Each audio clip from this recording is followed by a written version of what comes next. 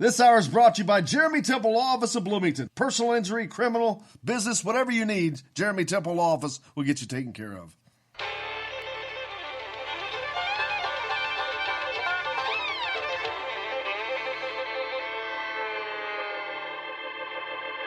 Well, we're coming to your city.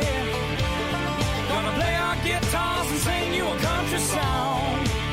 We'll all be flying higher than a jetliner. And if you want a little bang in your yin-yang, come along. Well, Come on aboard, Indiana Sports Beat, coming to you live here on this Thursday, January 30th. Jim Coyle with you, as always. Todd Leary also here as well. Jake's at the wheel, keeping things on the track, coming to you from the Golf Club at Eagle Point Studios. Hope your Thursday morning is starting off well, and if not, we'll get it headed in that right direction. Alan from Bird's Eyes already said, the sun came up this morning. I'm still the hard-nosed IU fan that I was yesterday. Mildly disappointed still this morning, but moving on to Saturday. Indiana coming off of a tough road loss last night. Todd Leary, how are you, sir? 49-64 to the Penn State Nittany Lions. Not a good night for the Hoosiers. No, it was not, especially offensively. It was a struggle, and, this was I said it last night on the postgame show with you, and I've said it last week a bunch. Like, I was really excited to see how Indiana handled this 2-game road trip right now. I thought it came at a good time. I thought they played, well enough, and I thought they learned a lot of good things out of that Maryland game. Even though they didn't get the win, I thought they were playing, on the uptick of playing. But boy, last night it was a struggle to find anything positive from last night. Yeah, it was just, that was just a weird game. It was a game that you were waiting for them to get started. It was like they just never, the engine just didn't start. It didn't fire. It was like stuck in neutral the whole time. Yeah, and we, there's kind of a misconception a lot of times with when guys play, especially guys that come in off the bench and do stuff. No, you almost look to make sure they didn't do anything negative. And I feel like that's kind of the way our guards play. Like, they play not trying to produce and do positive things. Like, we're happy when they just don't make mistakes and, don't miss tons of shots. It's not like, we expect everything out of them. And I'm using the guards in particular because I think they've been, obviously I'm being Mr. Obvious and saying they've been the most inconsistent for this Indiana team. But I mean, the guards yesterday, there was no production out of them. Yes, what they did do was still not good, but overall there was just no production out of the 5 guys you would kind of consider in the guard position for Indiana. Tim says, welcome back, Todd. That game sure did look like it did not make you feel any better. No, it did not make my headache any better. I can assure you of that. Hit us up on the text line like a lot of people are doing right now. 812-269-6367. That's 812-269-6367. Hit us up on the text line. Let us know thoughts, comments, what you're thinking. As Tim just did, Alan sent an image. That's just a piece. It's a piece of something, a memorabilia that he has. Oh, I thought it was going to be a picture of a brick. Prize piece that just acquired. Like, know if you or Todd know anything about this one. I know it's a print. However, it's still proud of it. It's just a print. Pretty cool print that he got. I've never seen that print before, but it's odd. This one's odd. This is a print of Bob Knight. 4 different images of him with the 3 different national championship trophies, but one image is him next to what I believe is his son, Tim. It's just strange for this print, for him to be in that print. Yeah. Weird, but cool looking deal there. But hit us up on the text line, peeps. Keep it coming. But man. And the thing is, and I talked about this on the postgame show, they had been trending in such a positive direction. Even in the loss to Rutgers, it was a positive trending direction. And boy, all that momentum, everything that they had just came crashing to a halt last night. That was just an embarrassing effort. Yeah, efforts. I don't know that I agree with that word. I know a lot of people will say it that way. It was an embarrassing outcome. It was an embarrassing result. I didn't think it's not as if the players don't want to win. I know that's not the case. But you mentioned the Rutgers game and the Maryland game. I mean, those are two games that Indiana lost, but one with Rutgers, I really felt like they played well. Like they had a game plan, and I think they executed it, and they made it very difficult for Indiana to score. And that was the game plan. I thought Rutgers just played well. Maryland made tons of shots, more shots than they've made in any game all year long, probably more than they will make at any point in time in any game throughout the rest of the season. So you caught them on a night when they shot the ball really, really well. And last night, Penn State played horrible. I think they're a pretty good team. I think they've got some players that are pretty good, and they kind of mesh well together.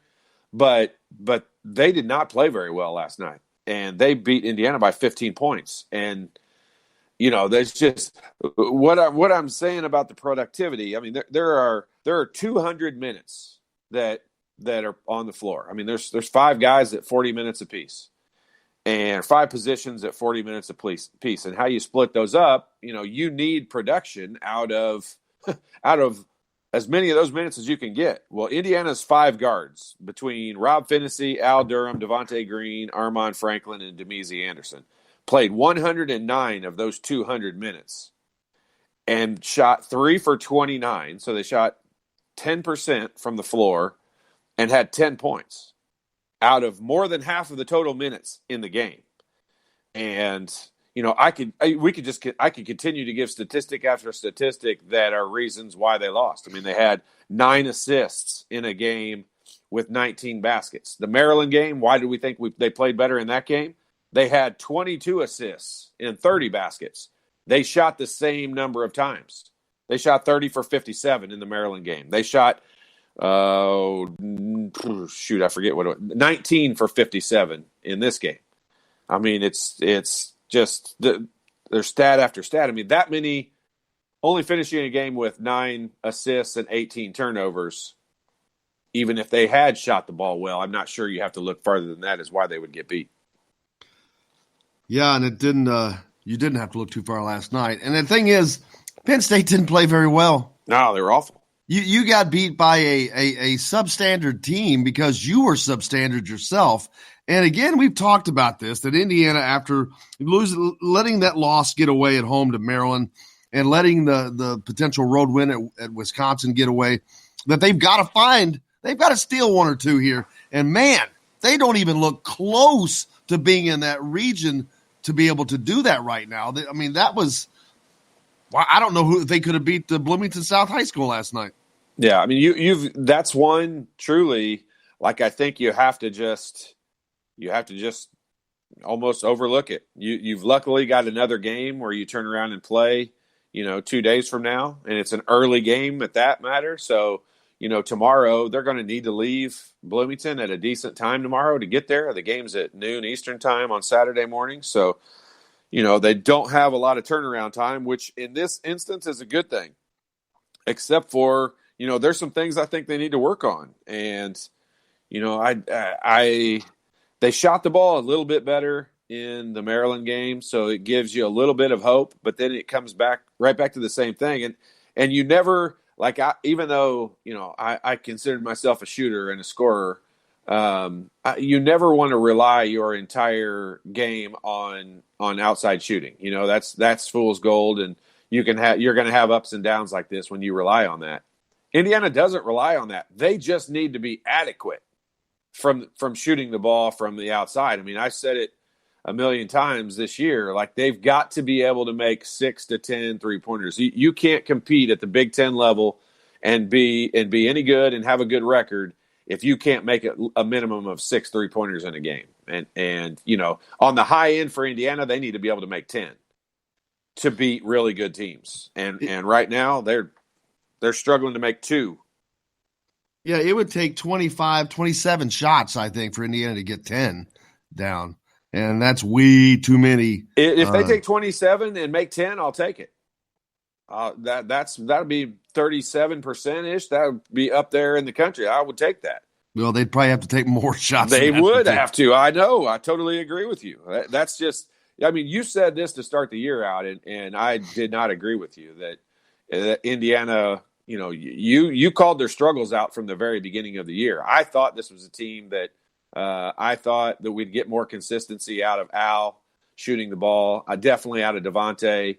I thought Rob Finney, I thought he shot the ball pretty well as a freshman last year, and that would only get better this year.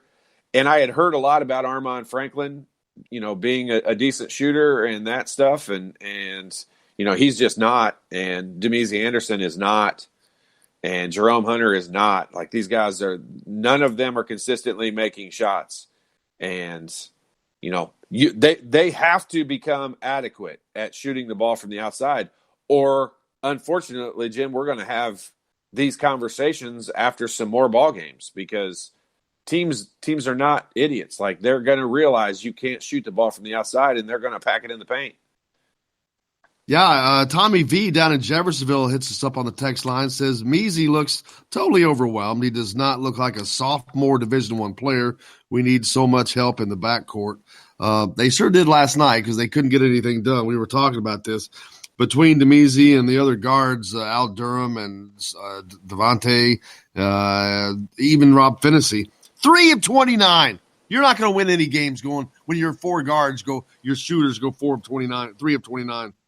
Yeah, it's impossible. I mean, like, you've got to use the analytics. You know, I do believe there is a big part of the game now. You can break it down, and you can figure out what you need to improve on using analytics and using a lot of those things. Now, sometimes they get skewed, you know, like the Ken Palm numbers, and Ken Palm numbers are based off of, you know, two things. They're based off of the number of, you know, points you score per offensive possession minus the number of points you give up for the defensive possessions. Now, my problem with that is when you're using 100 possessions, like, let's say, for example, last night in the Indiana game, you know, the possessions in those games are not as important as the possessions in the Maryland game. When you're in the game or even ahead, you're down by 15 points almost the whole second half last night. Those possessions they're different. Like, they're not your normal possession that you would have. So the Ken Palm numbers can get skewed. Like, for example, Illinois beat Purdue twice pretty badly. Once at Purdue, once at Assembly Hall in Illinois. Beat them pretty badly, and they're right next to each other in the Ken Palm rankings. So that's what I'm saying. Ken Palm can get screwed up with some of those numbers, but some of the analytics you can look at, there are 200 minutes that are played on the floor. I mean, that's a fact. It's always been the case. You got 5 positions that play 40 minutes a game, and Indiana in the guard position playing 109 of those 200 minutes last night, and they were 3 for 29. And that's not only is it bad stats that we're giving, it's just no production coming from that 109 minutes, and you can't have that. You just can't. Deron Davis, we've got to be impressed a little bit with the production he's put out. Last night he plays 17 minutes, 6 points, 5 rebounds, hits both of his free throws. So you got good production from Deron off the bench, but you did not have Race Thompson to bring in there. And but with Indiana only getting action through the paint last night, not sure if that really helped that much, if he would have added that much to that. I know we got to hit a break, but let's talk about that when we come back, because I've got a good point on that one too. Absolutely. We're also going to be joined by Aaron Matus, sports director for Fox 41, here on the program today. We'll look forward to hearing from Victor Oladipo. We're going to hear from Archie Miller, Trace Jackson Davis. We got a lot to get to. You're listening to Indiana Sports Beat Radio, coming to you from the Golf Club at Eagle Point Studios. We're back with more right after this.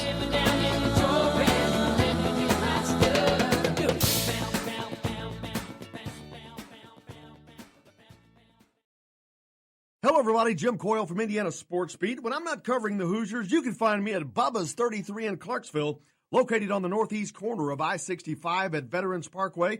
Bubba's 33 has hand-tossed pizzas, bold burgers, and ice-cold beer from a select list of local craft brewers.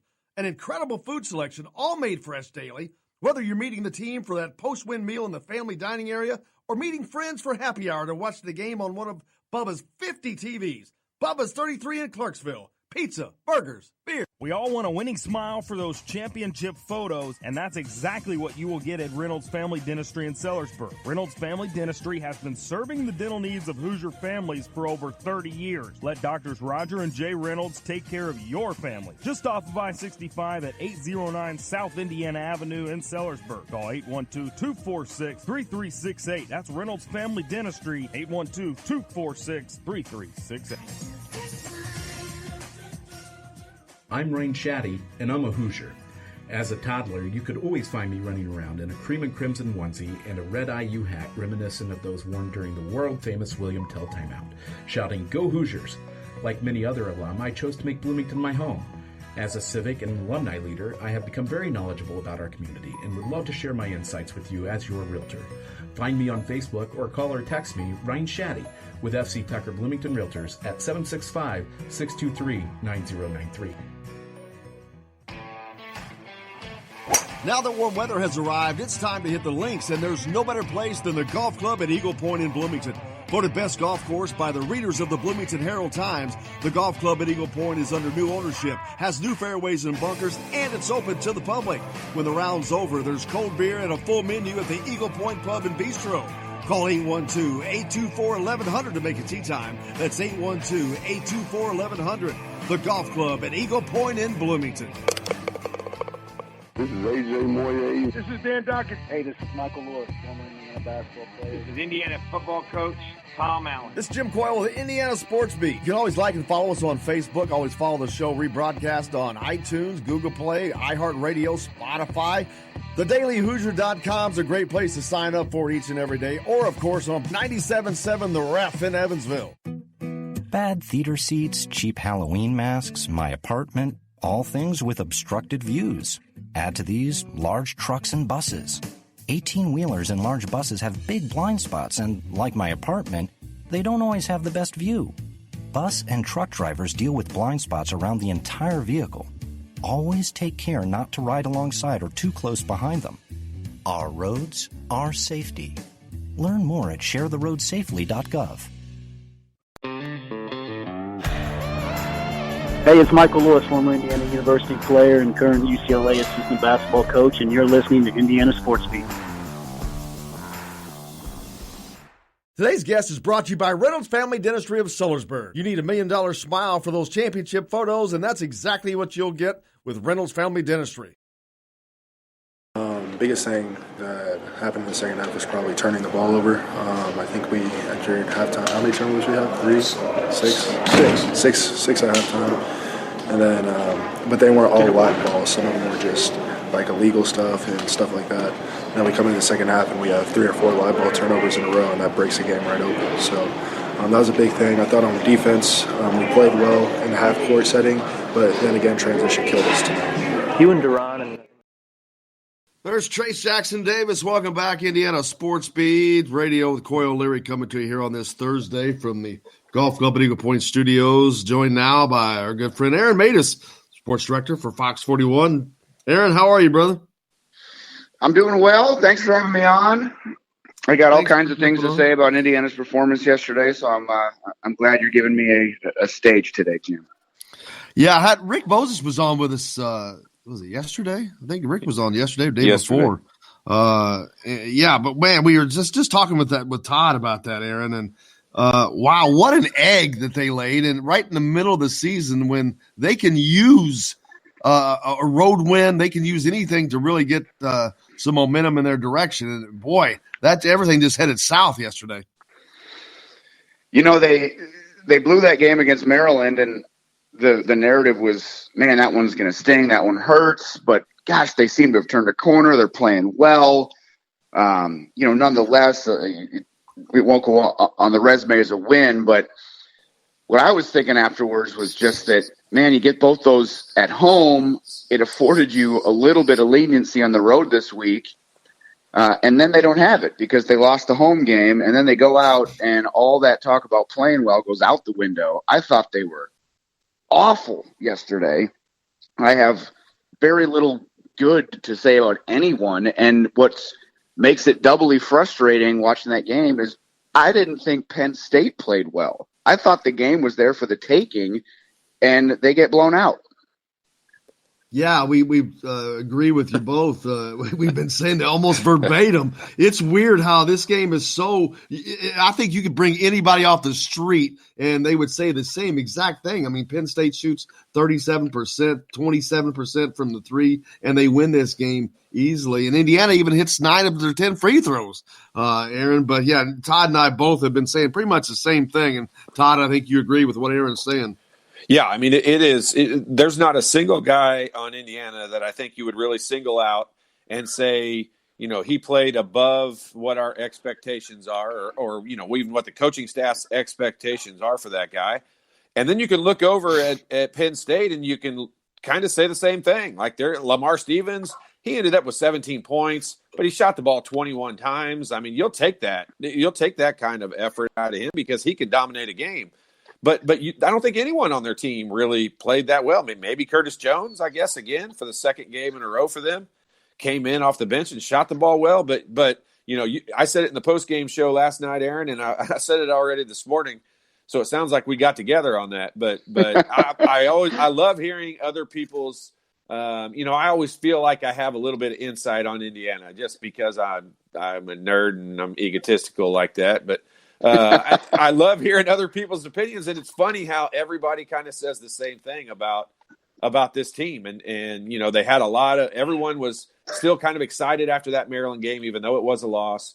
And then right now, like, I don't have any hope that they can go on the road and win a game. And after Maryland, I really thought, all right, they're going to steal one of these two this week. And based on the performance last night, I have zero confidence in the fact they can go to Columbus, Ohio and win.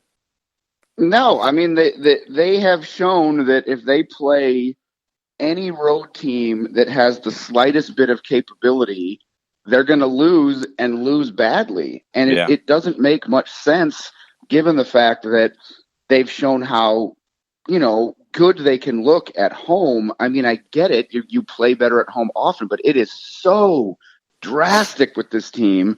They've got nobody that can go on the road and create the energy without the Assembly Hall crowd. And I hate to be Captain Obvious, but I mean, Devontae Green, my goodness, figure it out. I don't know what he was doing yesterday. I mean, a senior point guard is supposed to be gold in college basketball, and oftentimes he's completely unreliable. And he was on the floor when the dam broke yesterday, and was absolutely responsible for live ball turnovers that put that game out of reach. Yeah, I agree with you. And you look at, I think now a lot of the terms, there's a lot of buzzwords and terms that coaches use. That live ball turnover is a good one. You heard Trace Jackson Davis mention it 3 or 4 times in the post game. That's something obviously they're talking about because it's like a pick six in football. You're letting the team go down and score points, without your defense being involved at all. And so, yeah, I get a lot of that. Devontae, somebody needs to get a hold of Devontae, and it's got to be a coach. But the coaching staff has to believe in this. And I truly believe somebody needs to get a hold of Devontae and say, hey, look, you are a scorer. We recruited you as a scorer. He's not a point guard. He's never been a point guard. He's never been comfortable as a point guard. He is not a point guard. Just because he's short doesn't make him a point guard. And somebody needs to say, hey, you can't turn the ball over if you shoot it. And I don't care if he shoots, if he shoots three times per minute while he's in the game, we can control how many minutes he plays. I just want him to shoot because he literally, he's coming off a night, he's 2 for 10. So I'm even saying this after that, but he's a shooter and he's a scorer, and that's really all he's good at. So I don't need him to do anything else. I don't need him to try to run the team. When he gets in there, he's exactly what you said. He's uncomfortable. He doesn't look like he knows what he's doing because he's not a point guard. He's a shooter, and they need to put him in the game to shoot the ball, and that's it. They had, I mean, there's 4 plays that stuck out, and there's more than 4, but there was one. Demezy Anderson made a lazy pass in the first half when I think Indiana had the lead by 2 at that point, gets picked off, 2 points going the other way. early second half, I think Rob and Justin Smith just ran into each other. Yep. And the ball rolls out of bounds. And then Devontae, a little bit later, one throws a ridiculous lob that goes nowhere. And then a possession or two later, drives into the paint. There's nothing there, turns it over, and it goes the other way. I mean, it just was out of. I mean, yeah. I mean, I said I have a lot to say, but at times I get speechless.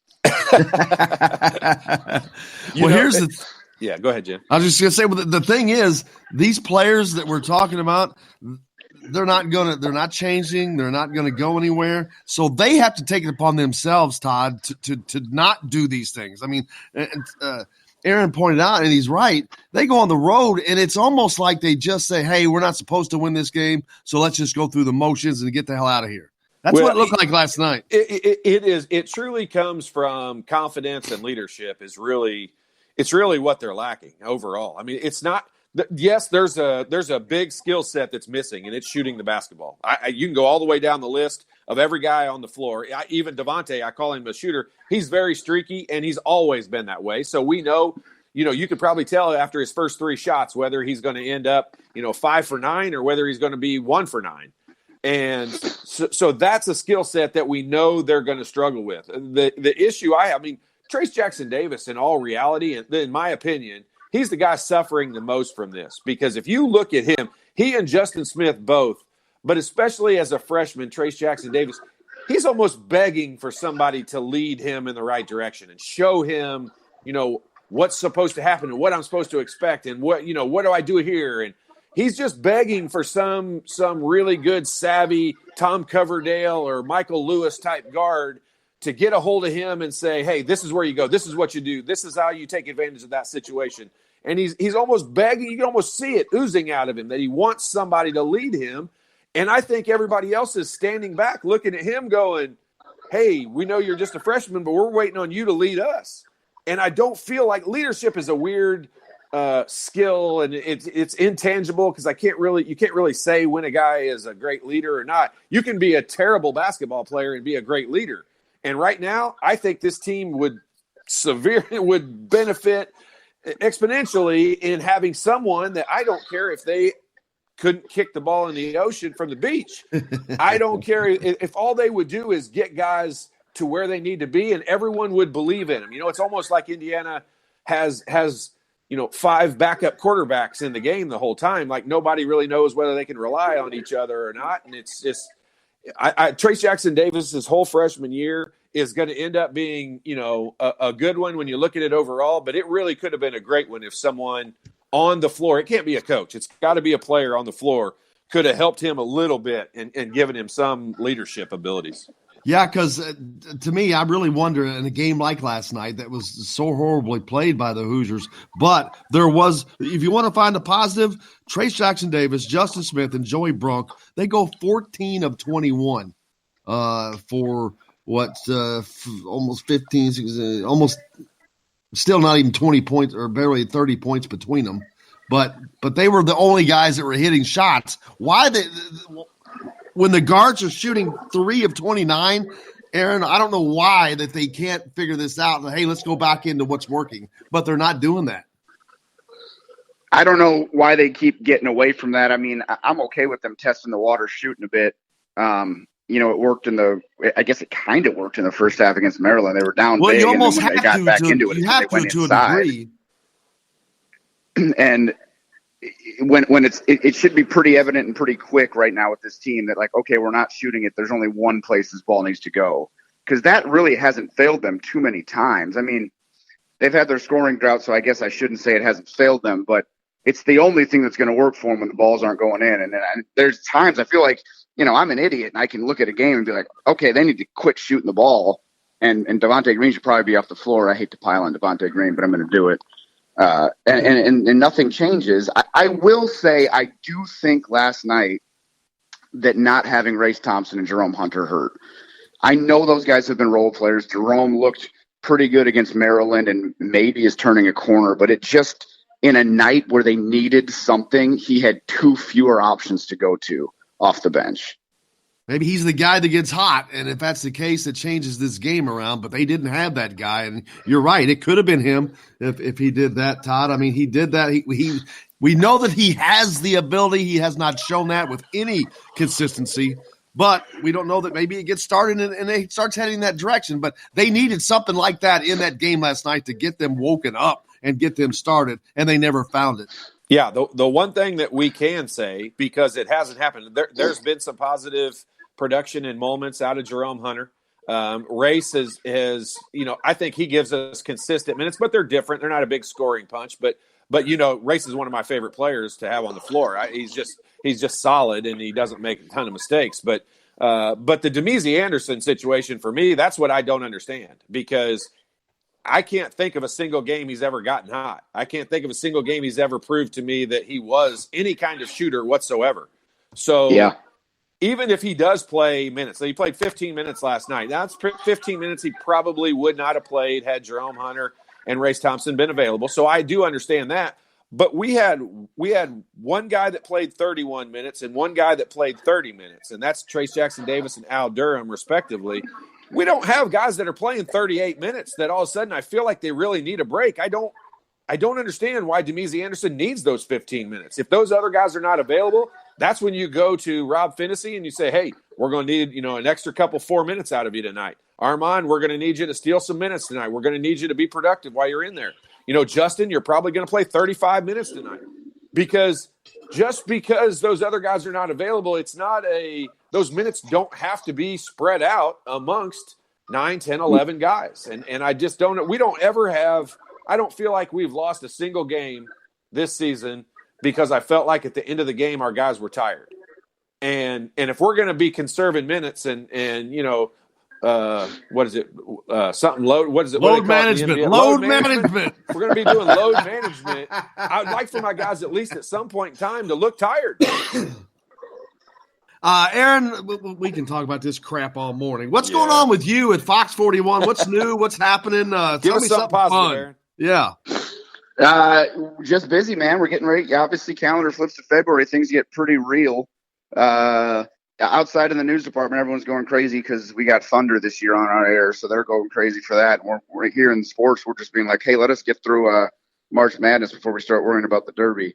And what he's talking about is Thunder over Louisville happens a couple weeks prior to the Derby. It's the beginning of the kickoff for the Kentucky Derby Festival in Louisville, the largest fireworks display in the world, to my knowledge. It gets 500,000 people along the banks of the Ohio River, so that'll be fun. But that's not much. I don't think that's not much fun to work. Well, I'm hoping I don't have to find out this year, but I'm still waiting to see if they're going to pull me into the plan. I can tell you this week we got John Lewis and Rick Bozich are heading down to Raleigh to see the U of L NC State game. I'm actually driving down to Auburn for the Kentucky-Auburn game on Saturday. So we're busy. We're running around trying to cover all the teams and, hoping we go, I guess you'd say 4 for 4 with the tournament, since we cover Western Kentucky a little bit too. But they're probably going to have to go on quite a run to get in.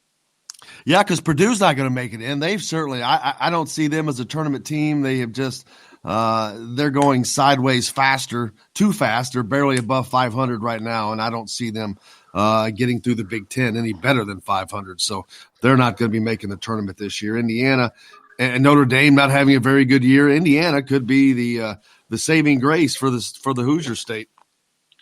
They've got it. I think they're, if the season ended today, they're comfortably in, but there's just so much that can go wrong. And I can't tell if that is a testament to this year's team or if that's a testament to last year's team that I say so much can go wrong. But I mean, that the team last year proved that it was pretty fragile mentally. So there's part of me that just worries that, you lose Saturday to Ohio State. Is it Saturday or Sunday they play Ohio State?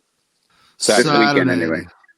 That's 3 in a row, and then I'm just going to start having flashbacks to 12-13 last year and see what, we'll see what kind of moxie they have, I guess, when Purdue comes to town. You also had the return of Victor Oladipo last night. Man. to the stage in Indianapolis as the Pacers knock off the Bulls in overtime. He hits a 3 to tie that game. He had only gone 1 for 6 prior to that, but with time running out, he hits a big time 3 to tie that game to send it to overtime. Yeah, you almost say you couldn't write the script better, but obviously you could have, because like you said, he was struggling big time up until that point, but he kind of redeemed it and got them to overtime in a game that, the Pacers are in the hunt in the East for a top 4 seed. You don't want to lose a home game to the Bulls, so that was a huge shot. That was awesome to see. Banker's Life went crazy after he hit that, and he, of course, knows how to play to that crowd. Yeah, the thing I've been wondering, and Todd, you could probably speak better than both of us, but, you've been without your superstar for a year. But not only have they held serve, they've done well. They're like Aaron just mentioned, they're fifth in the Eastern Conference. Well, the record right now, I had it written down, 31-17. And now you get your superstar back. First of all, you got to make sure that you can weld him roll him into the rest of the players, the rotation smoothly. But how hard is that going to be, Todd, for them to do? Yeah, I mean, I think the Pacers are a good organization to do that. I think they probably think that through a little bit more than, so I think a lot of organizations would just throw him back out there and yank a guy out of the starting lineup and put him back out there. And he would have come out in last night's game and shot 26 times. And, I think the expectations would have been a lot bigger for him. But I think the Pacers they're smart from top to bottom. They've got good management. They've got good coaches. They have, I'm sure, talked to Victor about that same thing. Victor's a team player. That's one of the real benefits of having your superstar as a guy like Victor. And I swear I'm not just saying that because he's an Indiana guy. He's just a team player, and it comes team first for him. And you don't get that out of your superstar very much. So I think he'd probably be willing to do just about anything that they asked him if they're going to do what's best for the team. And I think Victor is on board with that 100%. That's like Aaron. He's got that team there at Fox 41. He's the superstar, though. He rides. Well, you see that when he gets to go cover Kentucky and Auburn, and he sends Bozich out to North Carolina State. He's the guy calling the shots. I'm a me guy. I need my minutes, and I'm going to get my shots. You're going to get yours no matter what. Yep, I see it. That's the way it's got to go. Aaron, man, I can't thank you enough. I know you got to get going, but we appreciate you as always joining us here on Indiana Sports Beat. Appreciate you, brother. Yeah, thanks for having me on, guys. You betcha. We'll see you. Have a great weekend. Aaron Matus, he's the sports director for Fox 41. He's also a graduate of Indiana. Todd, you probably didn't know that, did you? I did not know that. There you go. So, but I can tell he takes a special interest in watching. You can tell just based on, how detailed he watched everything. Knowledgeable, very knowledgeable. Yeah, he had a reason for that. Excellent. But and they're fortunate. And the funny thing is, people may wonder why I have guys on from Fox 41 in Louisville so much. They cover Indiana more than any TV station in the state of Indiana. They always cover have. more than even any Indianapolis station. Even back when I played, always the Louisville Courier-Journal and everybody down there in Louisville. It was a big part of all the media. WLKY back then, because that's where I was working. I know y'all got coverage. Yep. No doubt. But that's weird. Yeah, it is kind of weird because I've been here doing this. The Indianapolis media does not cover Indiana like say Louisville or Kentucky gets covered by their media. Now, Louisville, obviously, the University of Louisville is in a market with the media. They're in, there's a difference between being an hour away and being in the market. I understand that. And Louisville has that advantage. But, Indianapolis does not Remind me cover. about that when we come back, because I'll tell you my opinion on that is why that happens that way, too. Perfect. We got a lot more coming up here on Indiana Sports Beat, coming to you from the Golf Club at Eagle Point Studios. We got more Indiana basketball to talk about. The ladies, they're in action tonight as well. Tom Brew will join us in the next hour as well. So much to talk about, and we'll be back with all that and more to the Golf Club at Eagle Point Studios right after this.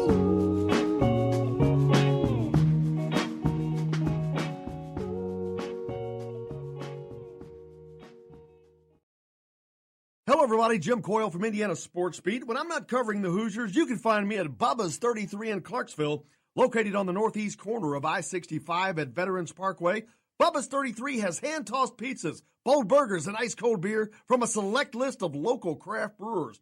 An incredible food selection, all made fresh daily. Whether you're meeting the team for that post-win meal in the family dining area or meeting friends for happy hour to watch the game on one of Bubba's 50 TVs, Bubba's 33 in Clarksville. Pizza, burgers, beer. We all want a winning smile for those championship photos, and that's exactly what you will get at Reynolds Family Dentistry in Sellersburg. Reynolds Family Dentistry has been serving the dental needs of Hoosier families for over 30 years. Let Doctors Roger and Jay Reynolds take care of your family. Just off of I-65 at 809 South Indiana Avenue in Sellersburg. Call 812-246-3368. That's Reynolds Family Dentistry, 812-246-3368. I'm Rain Shaddy, and I'm a Hoosier. As a toddler, you could always find me running around in a cream and crimson onesie and a red IU hat reminiscent of those worn during the world-famous William Tell timeout, shouting, "Go Hoosiers!" Like many other alum, I chose to make Bloomington my home. As a civic and alumni leader, I have become very knowledgeable about our community and would love to share my insights with you as your realtor. Find me on Facebook or call or text me, Ryan Shaddy, with FC Tucker Bloomington Realtors at 765-623-9093. Now that warm weather has arrived, it's time to hit the links, and there's no better place than the golf club at Eagle Point in Bloomington. Voted best golf course by the readers of the Bloomington Herald-Times, the golf club at Eagle Point is under new ownership, has new fairways and bunkers, and it's open to the public. When the round's over, there's cold beer and a full menu at the Eagle Point Pub and Bistro.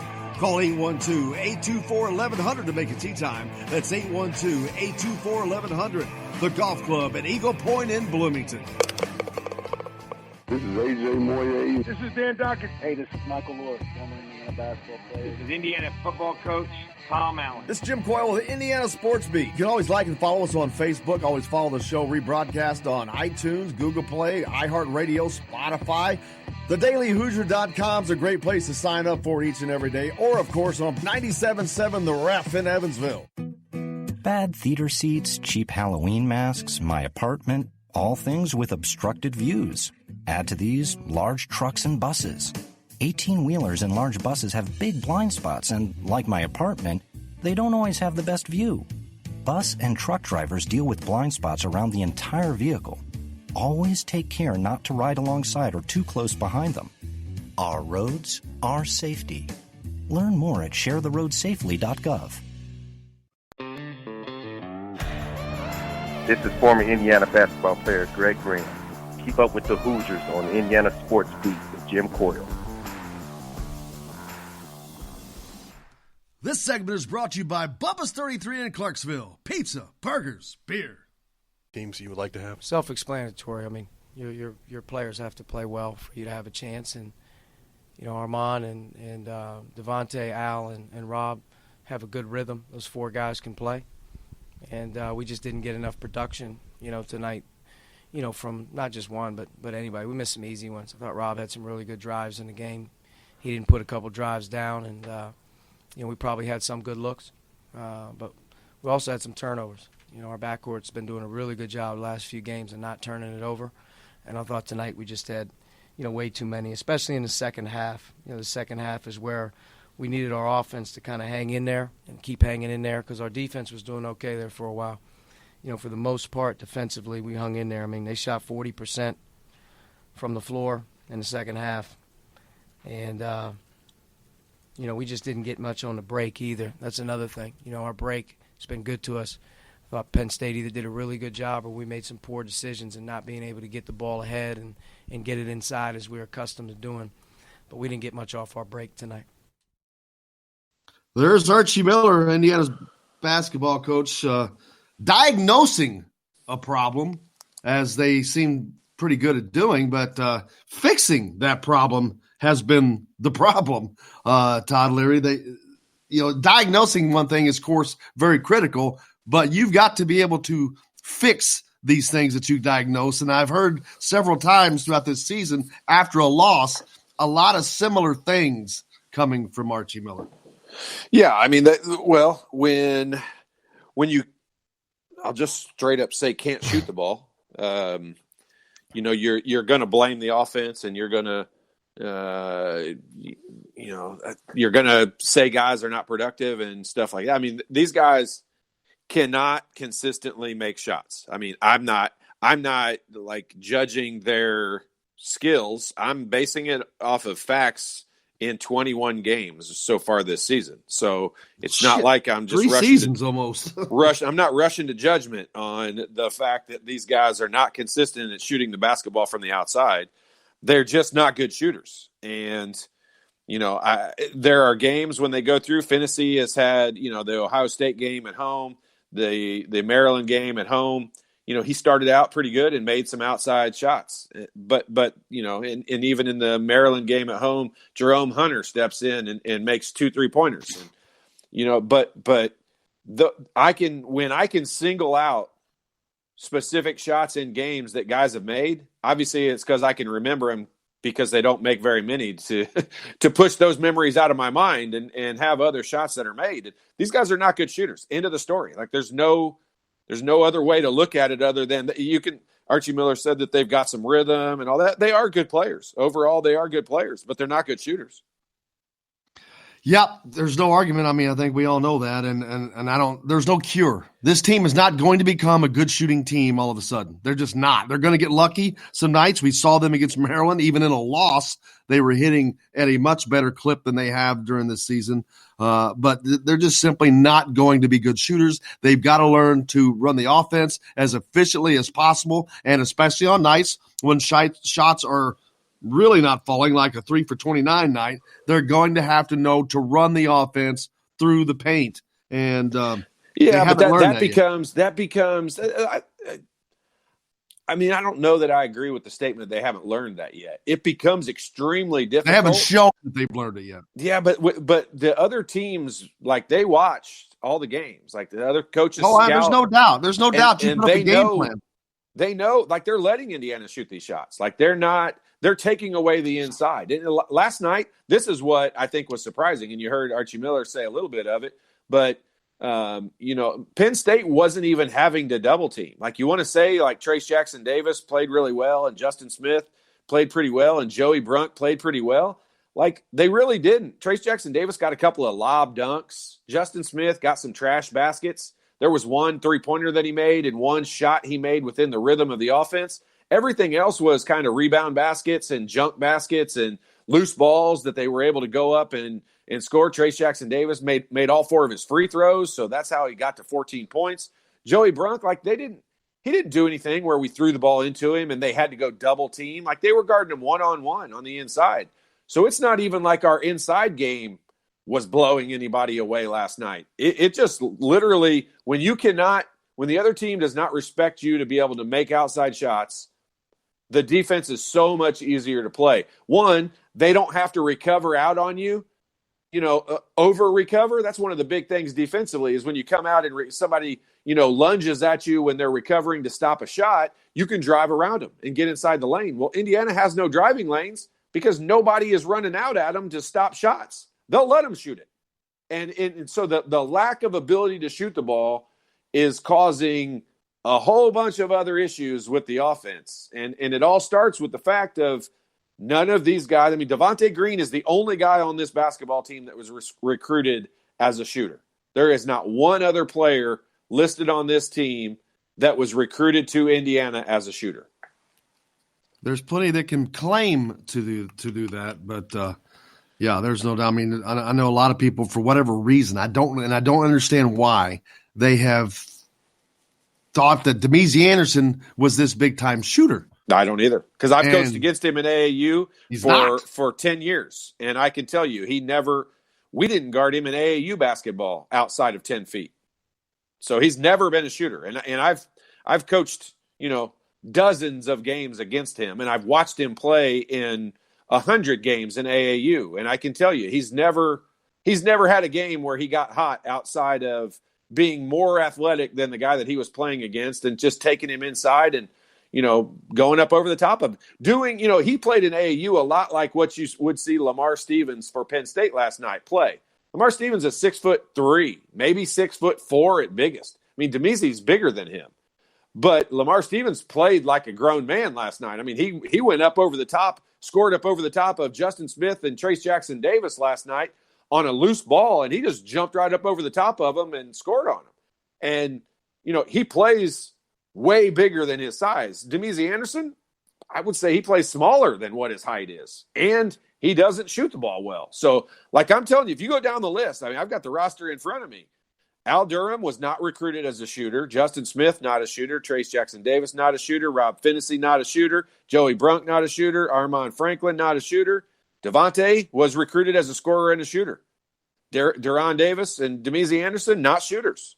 That's everybody that played the game last night. So how could you – I mean, unless they make a huge development, which I'm telling you, I have studied these guys' shots. There are three, and probably you could add a fourth guy into that you could make a small change. And I don't know if Indiana has a shooting coach. I don't know if one of the assistant coaches specializes in helping them.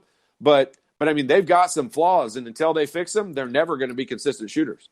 And I'm going to guess that the answer to that is no, they don't have too. one.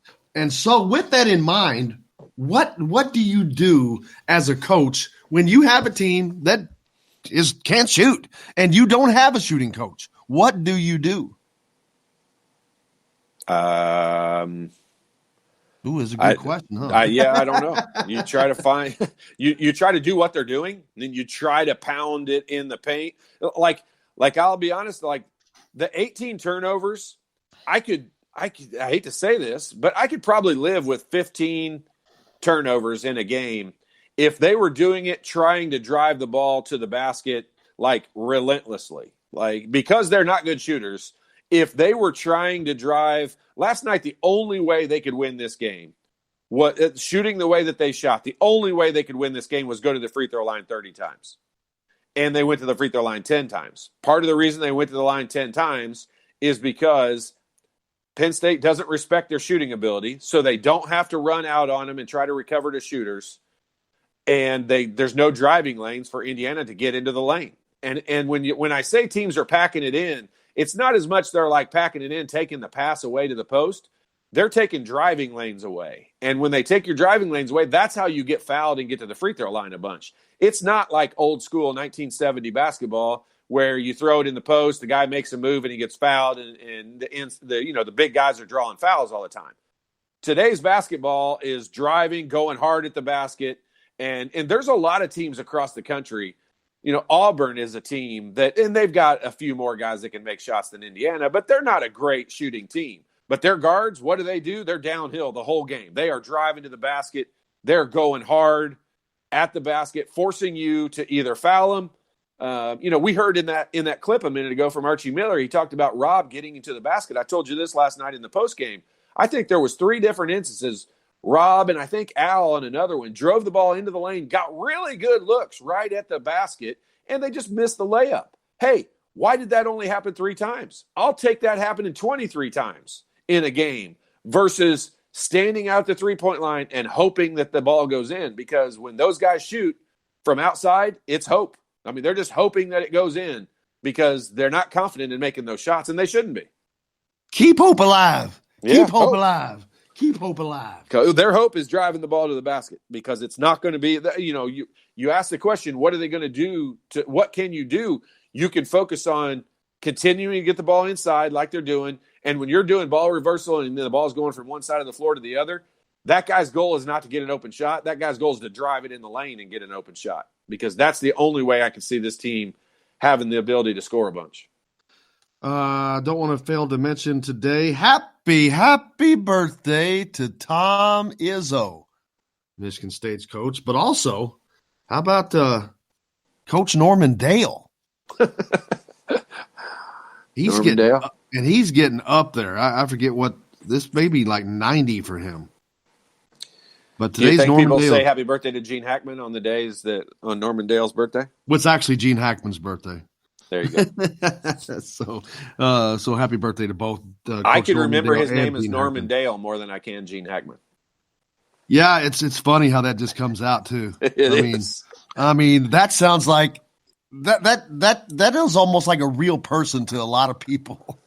I mean, Norman Dale is someone. Oh yeah, Coach Dale. He coached over at Milan for or Hickory for so long. He went so and so. He won 2 sectional titles and yada yada.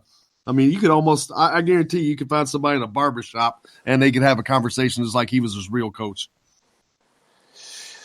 Yep, agree. What's my boy? Yeah, I have to get You know, Dennis. I saw. Hey, you know who was at the game the other day? The other Hoosiers guy. I can't remember what character he was. Steve Holler. I saw that. Did you see him at the game the other day? No, but I saw it afterwards. I'm trying to remember. What was his character? I'm trying to think. He was the guy who scored the points when they didn't have Jimmy Chitwood. Yeah, when Jimmy Chitwood wasn't playing. Oh! I know Ollie's the one who shoots the free throws. The guy that got in trouble.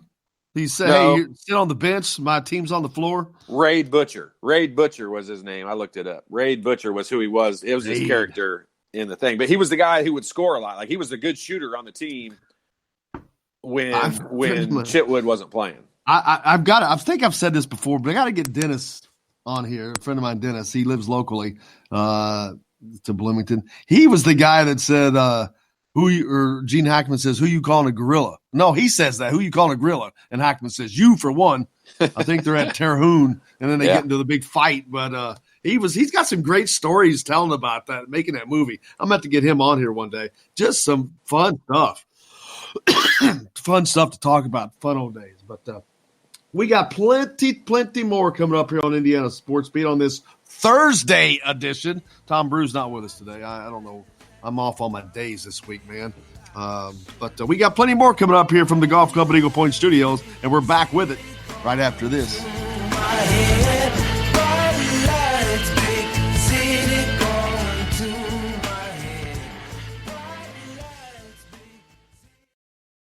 Hello, everybody. Jim Coyle from Indiana Sports Beat. When I'm not covering the Hoosiers, you can find me at Bubba's 33 in Clarksville, located on the northeast corner of I-65 at Veterans Parkway.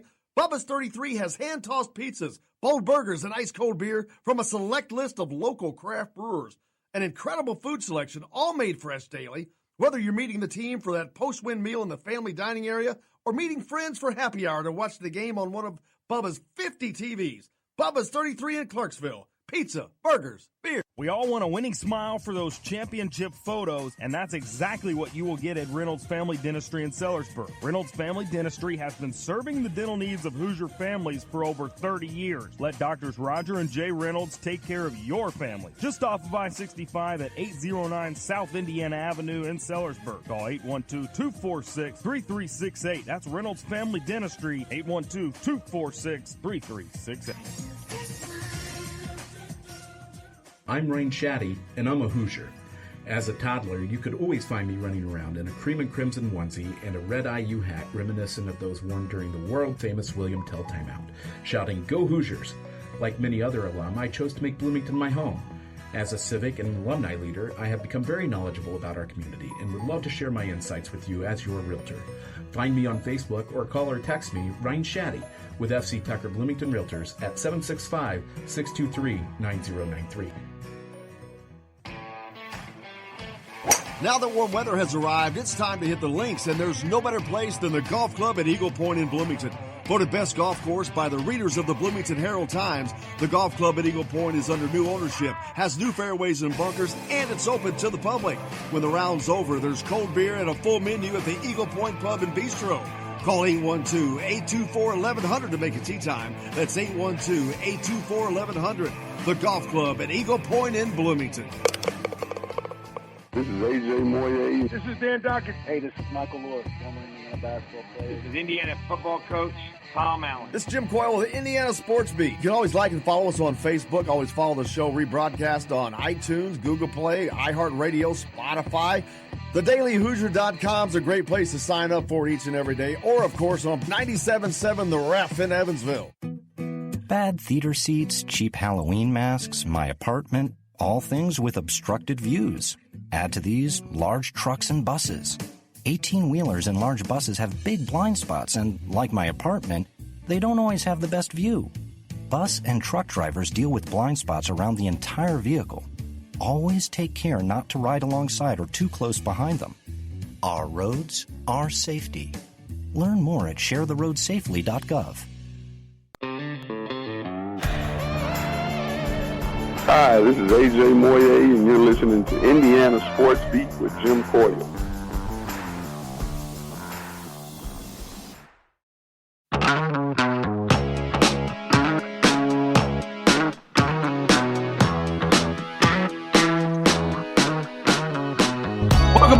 Indiana Sports Beat here on this Thursday, January 30th. Coyle and Larry with you, as always, coming to you from the Golf Club at Eagle Point Studios. Indiana with a loss on the road last night to Penn State. The women are in action tonight at home in the Simon Scott Assembly Hall as they take on Wisconsin, rolling in as the Hoosiers. I think they've won 2 straight now as they had it rolling, Todd, and then they went on a little slide there. But they're one of 4 teams that are fighting for a Big Ten championship. Yeah, is Wisconsin any good? I don't know anything about. You know what? them. I don't know that they're in the top 4. They may be in that top 4. I'm trying to think. It's Northwestern, it's Iowa, and Maryland and Indiana. So, no, I would not put them in the top 4. Yep. This is the game Indiana should definitely win. Well, being one of their home games, they've been pretty solid at home.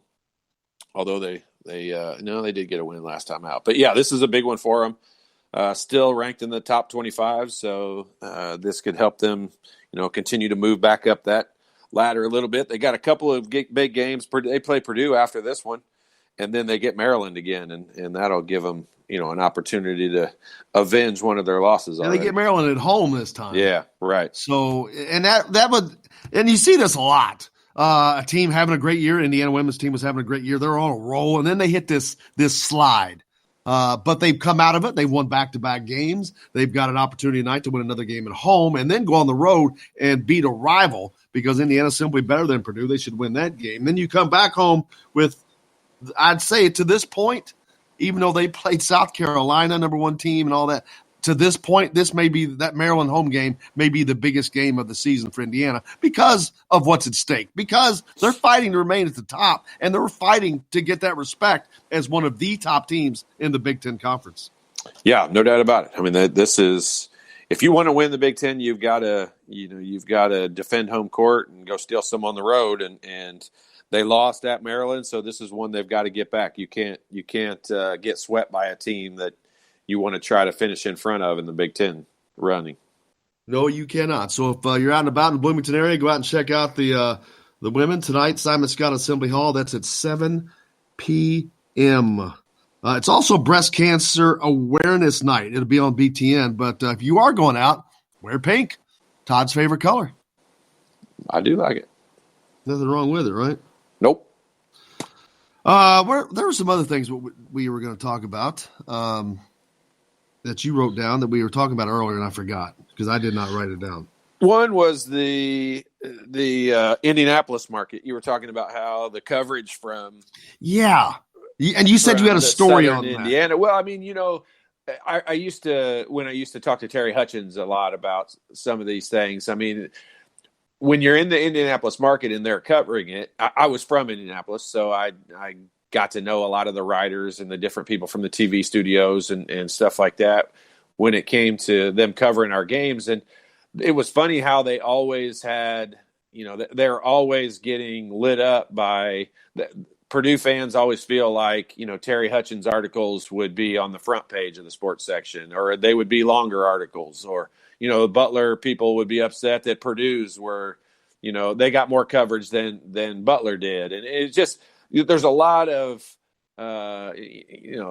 other schools that want, their team covered. And that's just why I think in Indianapolis, it seems like the Southern Indiana TV and newspaper affiliates, it seems like those people covered Indiana a lot more because they kind of, I would say, I don't know from Louisville, do they really even cover Purdue and Notre Dame that much? No. Yeah, it's just kind of one of those things. Like there's a lot of Indiana fans down there in that New Albany, Jeffersonville, Louisville area. Well, here's the thing. That particular market is the biggest TV market for college basketball in the world. You can say United States, which it is, but in the world, because you've got Indiana, Louisville, and Kentucky fans all living right there. And this is straight up statistics. Year in, year out, when the NCAA tournament is on, the Louisville market is far and away the biggest TV market because you've got all 3 of those rabid fan bases right there. And it shows. I think they've been number 1 for I don't even know how long in that regard. So, well, it's about right in the middle. I mean, if you drove from Bloomington to Louisville or from Lexington to Louisville, you're going just about the same difference. It's almost smack dab in the middle. It's a Bermuda Triangle, man. And you're dealing with, I know people will think I'm just trying to throw Indiana into this, but when you talk about a fan base perspective, I think you would probably say Kentucky and Indiana are probably the biggest, strongest basketball fan base of any schools across the country. And whether other teams have more wins or have more national championships or whatever they are, I mean, Duke is an example. I mean, I would not consider their fan base, nearly as big as Indiana's, but just because of the size of the school and some of those things. And so when you add all that up together, the center of the storm is right there in that Southern Indiana, Louisville market. And it just has always been, I can remember Rick Bozich covering stuff all the way back from when I played. And so, I mean, it's always been a big factor for that market. And speaking of the Indiana fan base, something else that I wanted to talk about, Indiana fan base, one of the best, if not the best in college basketball, but just like anything, they have some bad apples. There's, whether it's in the student section or in the adult section, when you have those games where the students aren't there and people that don't normally get to attend. But I've noticed that there's always somebody that's either extremely loud and vocal towards an opposing player, which to me, that's okay, but you don't see that a lot at the college level unless it's coming from students. But I see it sometimes from fans, regular fans, and I got to be honest, sometimes I'm like, it makes you a little uneasy, and I don't know if that's a combination of, like, these students, they've never seen Indiana be good. I mean, this is a program that is a blue blood program, but these kids, they don't have a clue what the Indiana program was really, really like, and I'm wondering if, because of that, they've just lost their way. But man, sometimes it makes me cringe a little bit. Yeah, I'm just gonna say, I don't know. It sounds egotistical for me to say it this way, but unless you've been down there on the floor and heard some of the things that people say from other schools, like Indiana is no different, and probably way better and cleaner and more creative in some of the stuff they come up with than a lot of places. Because I can tell you, some of the things that are said to players down on the floor are absolutely insane. Absolutely. And I'm talking about stuff that's said to Indiana players when you're at another place. So I'm only saying it's probably that way everywhere. Absolutely. And I don't, it's just different. I mean, when you're down there, it's amazing some of the things. Like we would really chuckle at some of the things that people would say. And then sometimes, where's the worst place you ever played? Michigan. Is there, was that consistent? Was that a consistent thing? Michigan had they had just a weird, they would come at us with some really weird, aggressive things that were, some of them were race related and things like that. And it was just odd how that seemed to be the place where that happened repeatedly year after year. Now, Michigan State, I think, was always the most creative. Michigan State had some of the funniest things. They would have they put newspapers out, and it was somebody's sole job to find out, like they would know, Calbert Cheney's girlfriend's name, and they would know all these different things and come up with it. And theirs were creative and kind of more fun.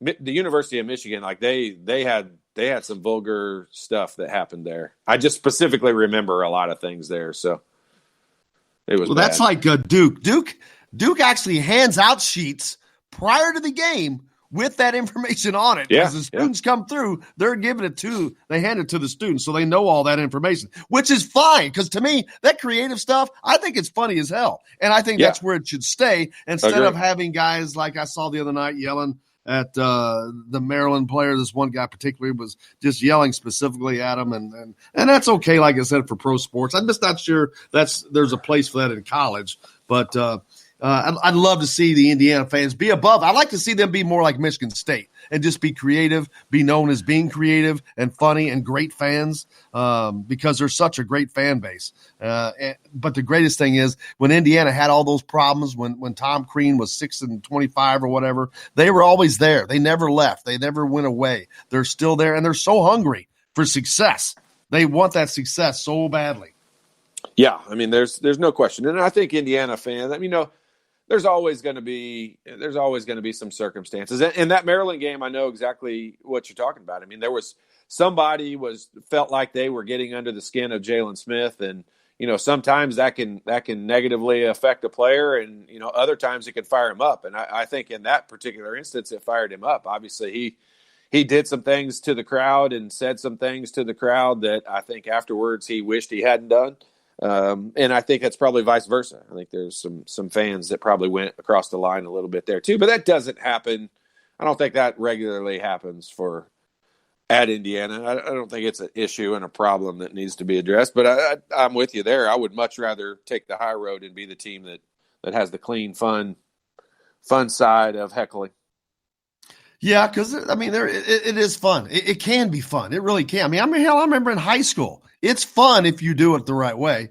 Yeah, and things that people have to keep in mind is you don't want to become, a part of the event. You want to affect it as much as possible in the right way.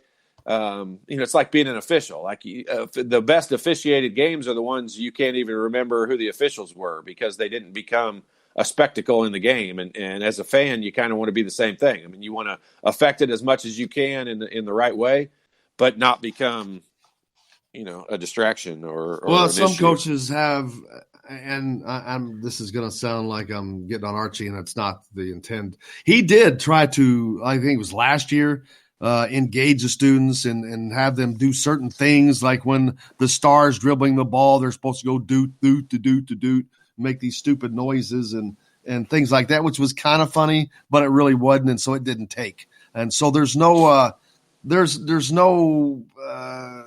concerted effort amongst the students. They're all kind of on their own, it seems like. Yeah, I mean, look, Indiana's fan base is one of the best there is. I mean, there's no question about that. And but one of the issues, I mean, Coach Knight taught a lot of Indiana fans over the years who now in turn have taught their children, a lot about basketball and a lot about what to look for and what to expect.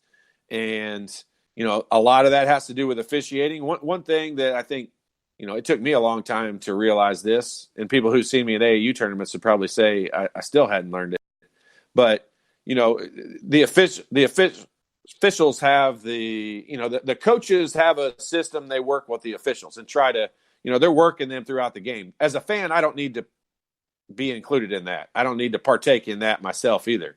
And so the more I start worrying about officiating as a fan and that stuff, the more frustrated I get. And that's when I can lose control of my emotions.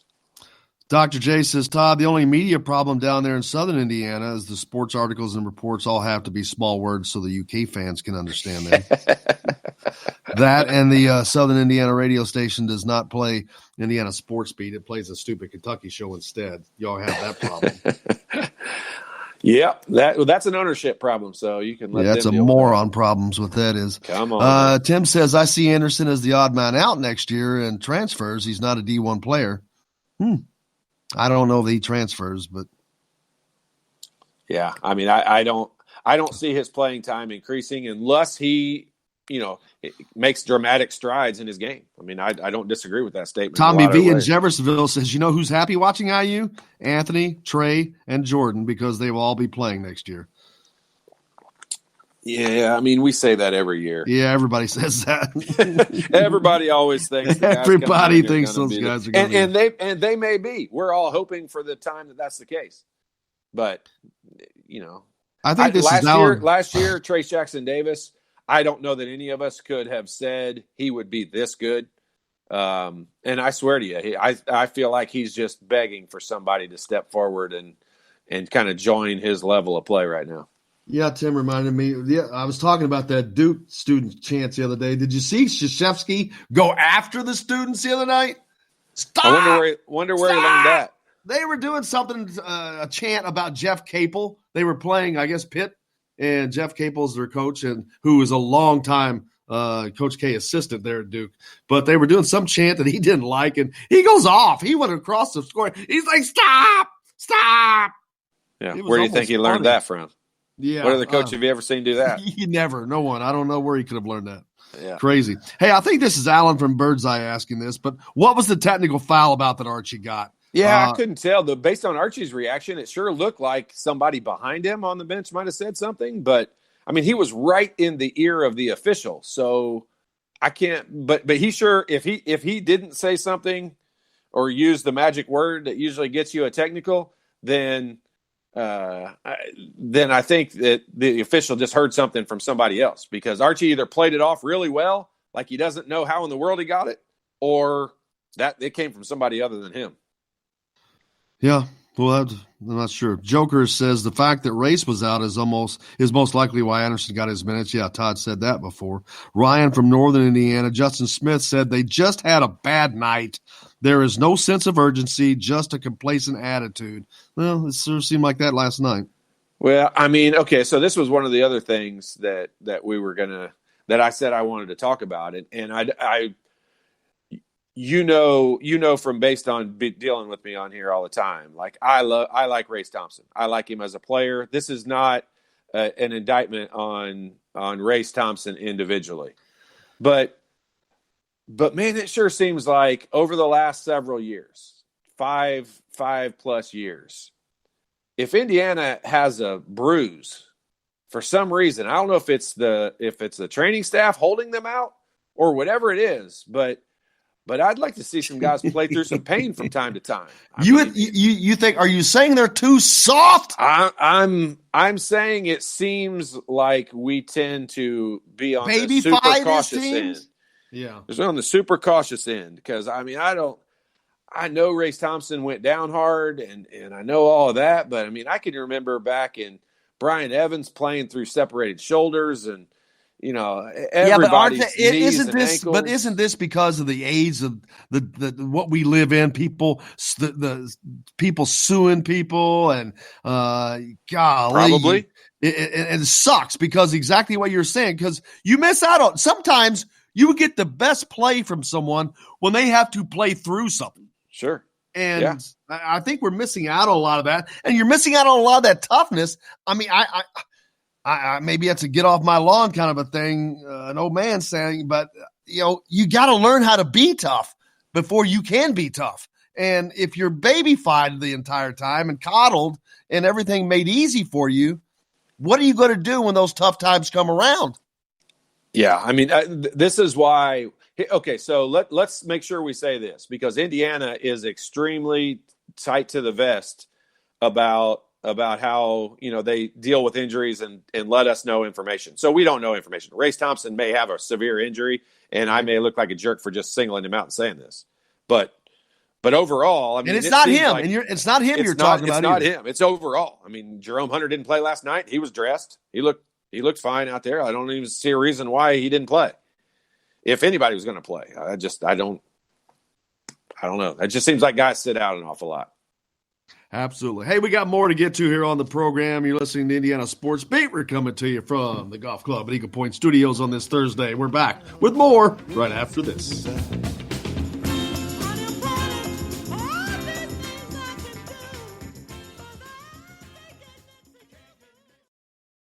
Hello, everybody. Jim Coyle from Indiana Sports Beat. When I'm not covering the Hoosiers, you can find me at Bubba's 33 in Clarksville, located on the northeast corner of I-65 at Veterans Parkway. Bubba's 33 has hand-tossed pizzas, bold burgers, and ice-cold beer from a select list of local craft brewers. An incredible food selection, all made fresh daily. Whether you're meeting the team for that post-win meal in the family dining area or meeting friends for happy hour to watch the game on one of Bubba's 50 TVs. Bubba's 33 in Clarksville. Pizza, burgers, beer. We all want a winning smile for those championship photos, and that's exactly what you will get at Reynolds Family Dentistry in Sellersburg. Reynolds Family Dentistry has been serving the dental needs of Hoosier families for over 30 years. Let Doctors Roger and Jay Reynolds take care of your family. Just off of I-65 at 809 South Indiana Avenue in Sellersburg. Call 812-246-3368. That's Reynolds Family Dentistry, 812-246-3368. I'm Rain Shaddy, and I'm a Hoosier. As a toddler, you could always find me running around in a cream and crimson onesie and a red IU hat reminiscent of those worn during the world-famous William Tell timeout, shouting, "Go Hoosiers!" Like many other alum, I chose to make Bloomington my home. As a civic and alumni leader, I have become very knowledgeable about our community and would love to share my insights with you as your realtor. Find me on Facebook or call or text me, Ryan Shaddy, with FC Tucker Bloomington Realtors at 765-623-9093. Now that warm weather has arrived, it's time to hit the links, and there's no better place than the golf club at Eagle Point in Bloomington. Voted best golf course by the readers of the Bloomington Herald-Times, the golf club at Eagle Point is under new ownership, has new fairways and bunkers, and it's open to the public. When the round's over, there's cold beer and a full menu at the Eagle Point Pub and Bistro. Call 812-824-1100 to make a tee time. That's 812-824-1100. The golf club at Eagle Point in Bloomington. This is AJ Moye. This is Dan Dockett. Hey, this is Michael Lewis, former Indiana basketball player. This is Indiana football coach Tom Allen. This is Jim Coyle with the Indiana Sports Beat. You can always like and follow us on Facebook. Always follow the show rebroadcast on iTunes, Google Play, iHeartRadio, Spotify. TheDailyHoosier.com is a great place to sign up for each and every day. Or, of course, on 97.7 The Ref in Evansville. Bad theater seats, cheap Halloween masks, my apartment, all things with obstructed views. Add to these large trucks and buses. 18-wheelers and large buses have big blind spots, and like my apartment, they don't always have the best view. Bus and truck drivers deal with blind spots around the entire vehicle. Always take care not to ride alongside or too close behind them. Our roads, our safety. Learn more at sharetheroadsafely.gov. Hey, it's Michael Lewis, former Indiana University player and current UCLA assistant basketball coach, and you're listening to Indiana Sports Beat. Victor, I can say I miss talking with you after basketball games. How much did you miss playing at Bankers Life Fieldhouse in front of these fans? It was amazing. Amazing. Words can't describe it, man. It's been a hard year. Really tough year, but God is good, man. God is good. I have a great family here. My teammates are amazing.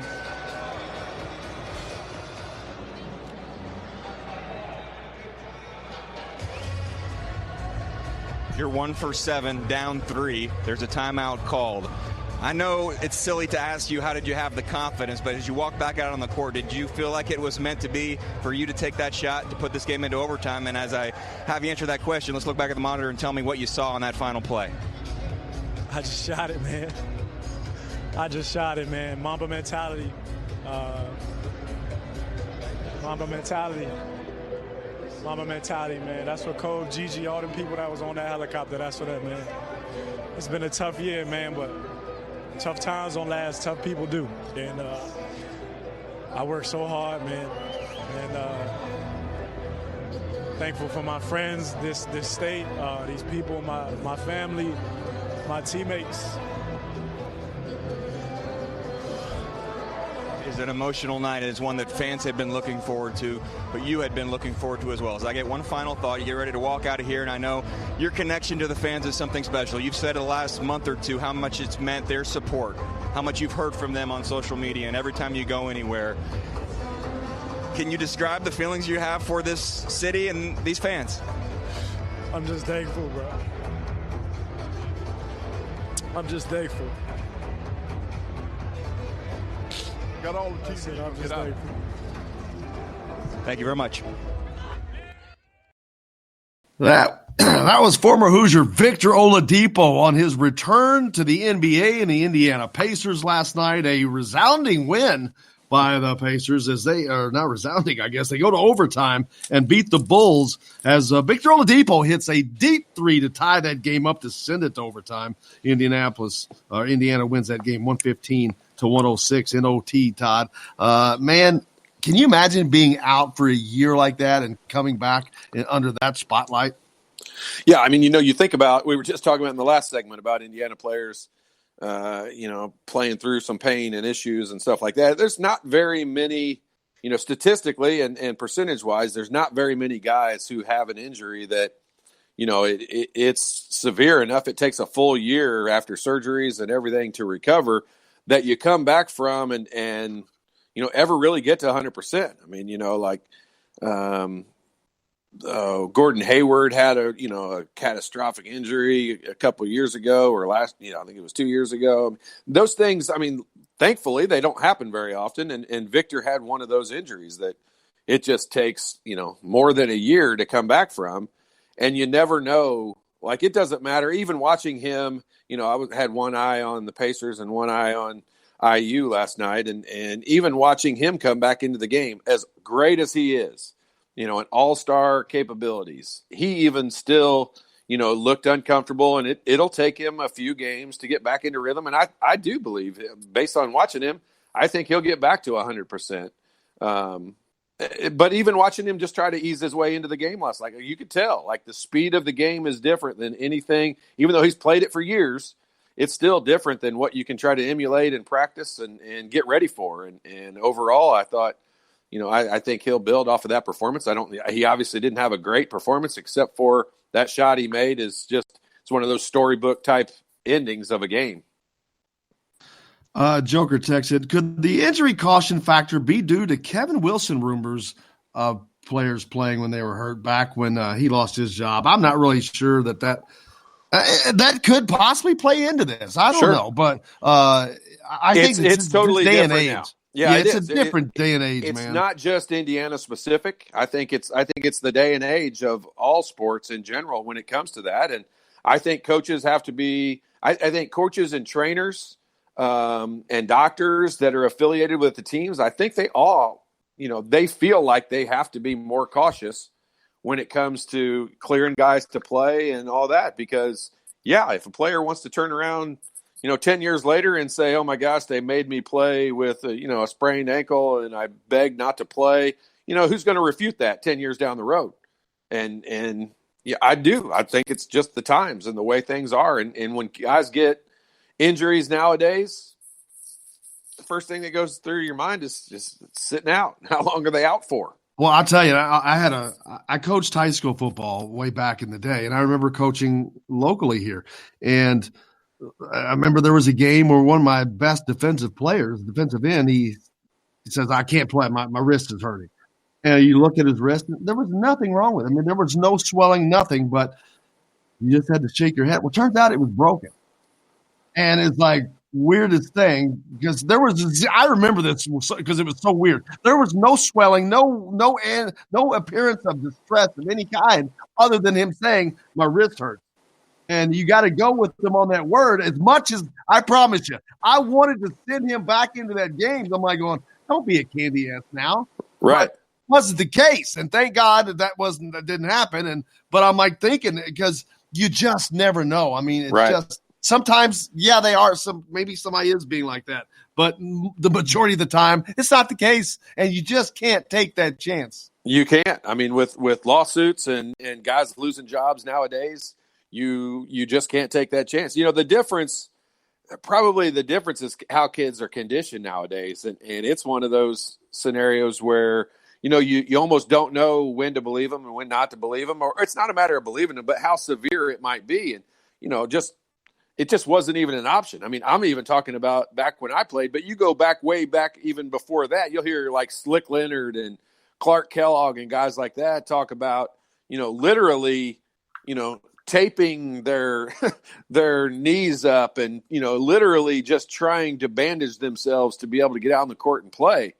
And it just is a different world today. And today, everybody is load management and, worried about being – I swear, I look at Indiana's team, I look at the minutes that they play, and recruiting should be easy because you can tell guys they're going to play because they're going to get minutes out there on the court because so many different guys are playing. I mean, when's the last time you ever saw an Indiana player at the end of the game look exhausted?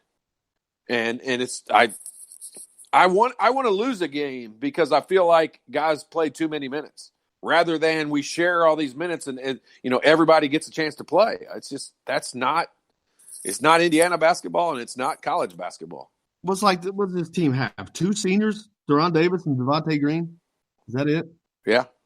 So their replacements, all guards. So,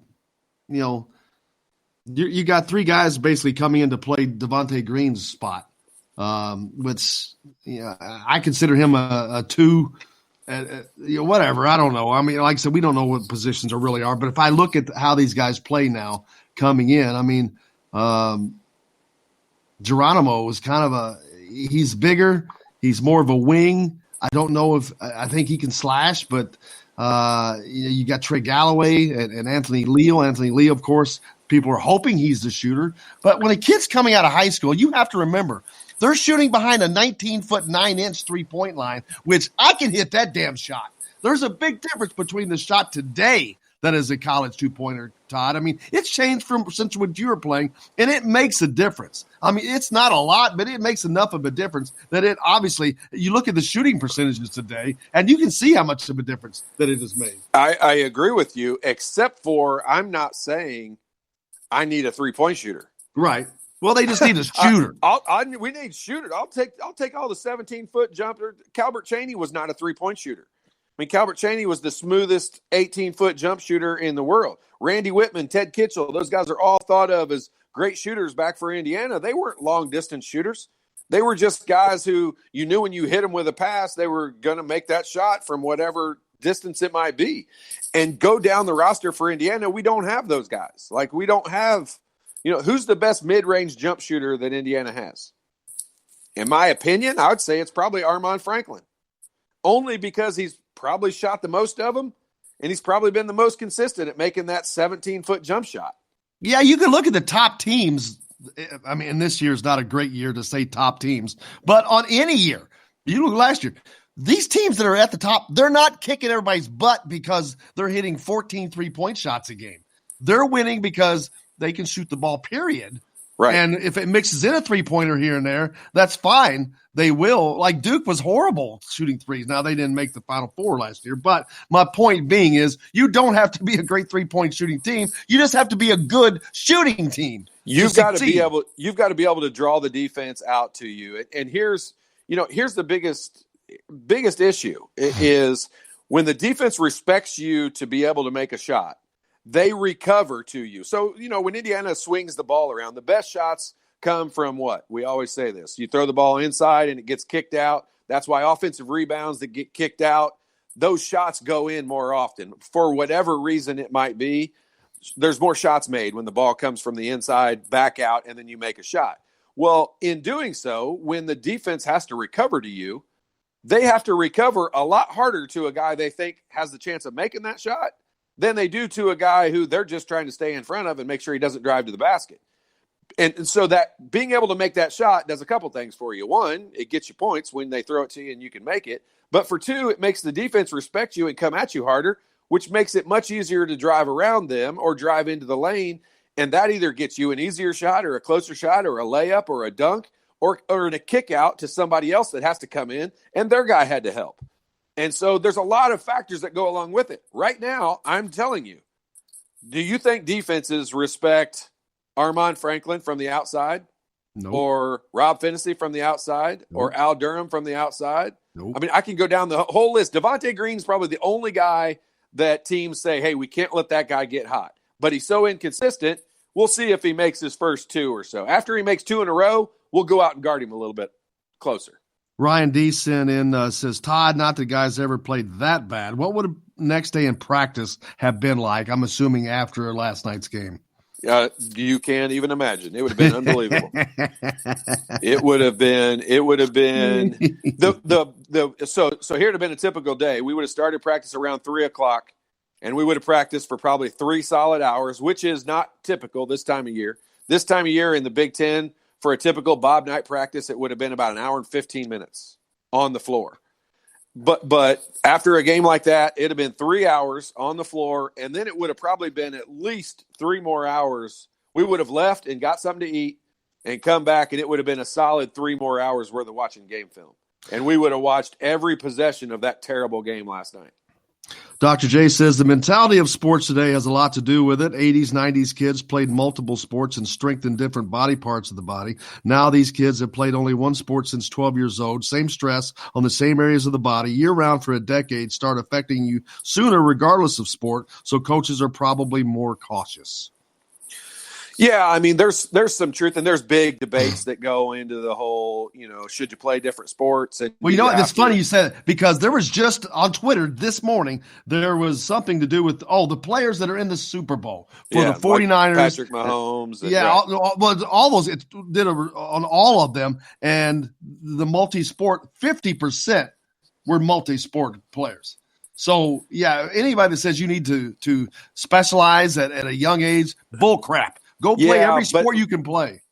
And I agree with that. Like, I totally agree with that. I think what develops when you go play the different sports, there's a different kind of leadership you develop in football than you do in basketball. And there's a different kind of leadership you do in baseball versus the other two. And so there's just, there's all different kinds of things you can develop other than just your body. The part about what Dr. J says with that, like, my biggest issue or my reasoning and why there's so many injuries nowadays is because of the amount of play that it is. I don't care what sport it is. If you talk about baseball versus basketball, in baseball, these kids that are playing on travel baseball teams are playing way more than 100 games a year. And I'm talking about the offseason. In basketball, you're playing 100 games a year in AAU basketball. I mean, think about, we used to play maybe 12 games in an entire summer for AAU basketball, maybe 15 at most. And these guys are playing 8-9 games in a weekend. And that's what's wearing their bodies out more than anything. I mean, it's the wear and tear.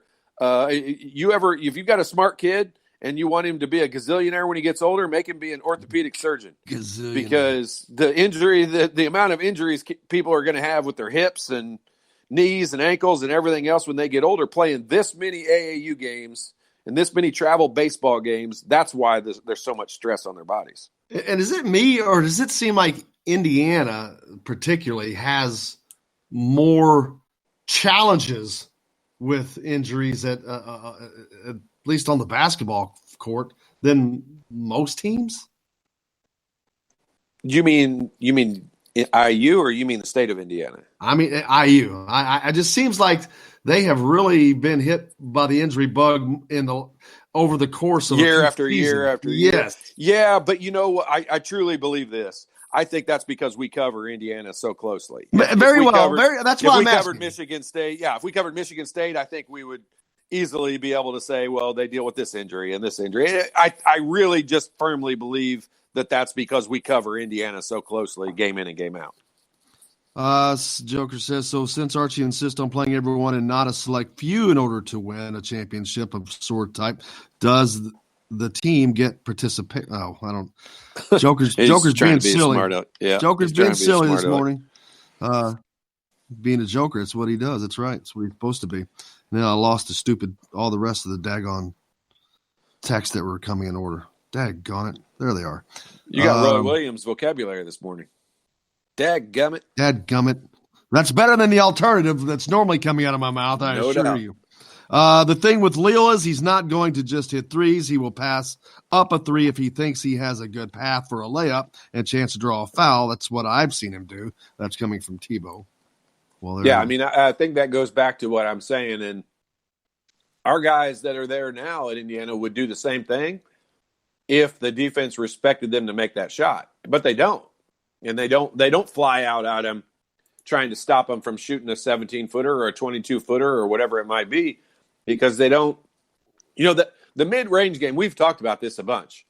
There was at least 2 games this year where there were no shots taken between the lane and the three-point line for Indiana. And the mid-range game is just gone. It's just not there. And that's not even just the case for Indiana. But we watch it closer than everyone else. And I can tell you, there is just way too many open shots from 12 feet that Indiana passes up and doesn't take. And they try to get a little bit closer or try to get all the way to the rim and get it blocked. And, guys who are playing well, Joey Brunk and Deron Davis, I mean, those guys are playing pretty well. But when those guys shot fake, they don't have the ability to lift up over the top of somebody and score after they shot fake and get a guy off his feet.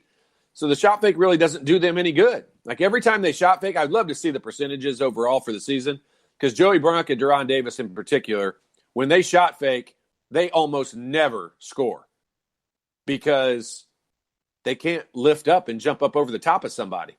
So, but they do score pretty well when they go straight up and shoot with it. And I just don't understand why that's not more of a, you'll see Joey Brunk, shot fake 2 and 3 times on a possession. And you're like, what in the world? Just shoot it. Yep. We got a lot more coming up here on Indiana Sports Beat. We're going to finish the show out on this Thursday. Stay tuned. You're listening to Coyle and Leary from the Golf Club at Eagle Point Studios. We're back with more right after this.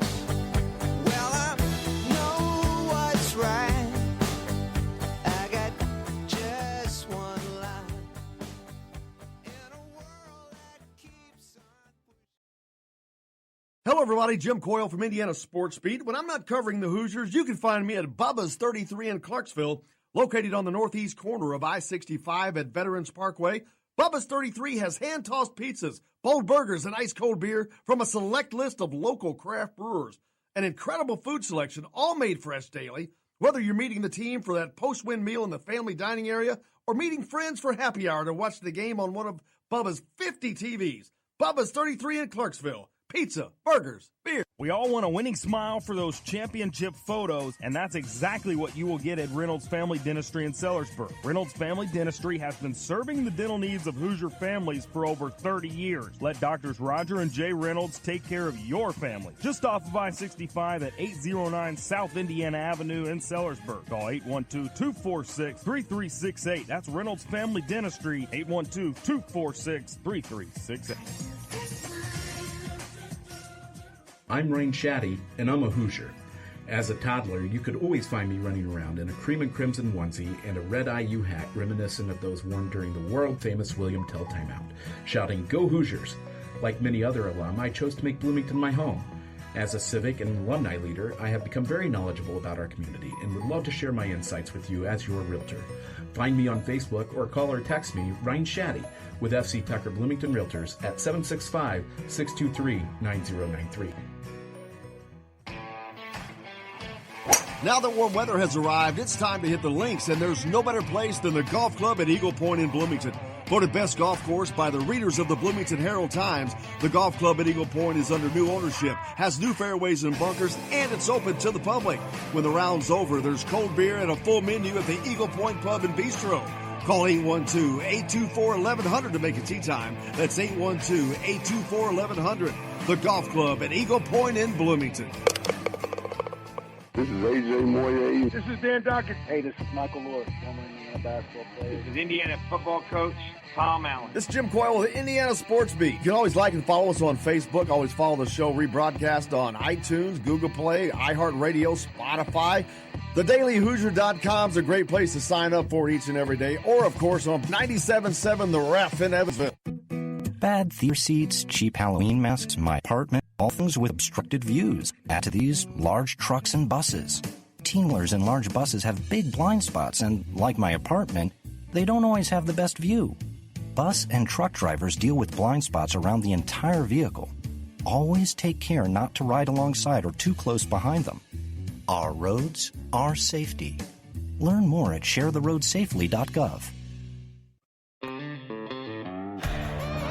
This is former Indiana basketball player Greg Green. Keep up with the Hoosiers on Indiana Sports Beat with Jim Coyle.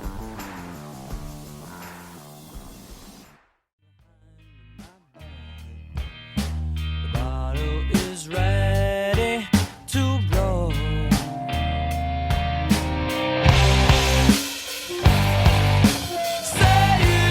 Welcome back into the Sports Beat here on this Thursday. Coyle Leary with you.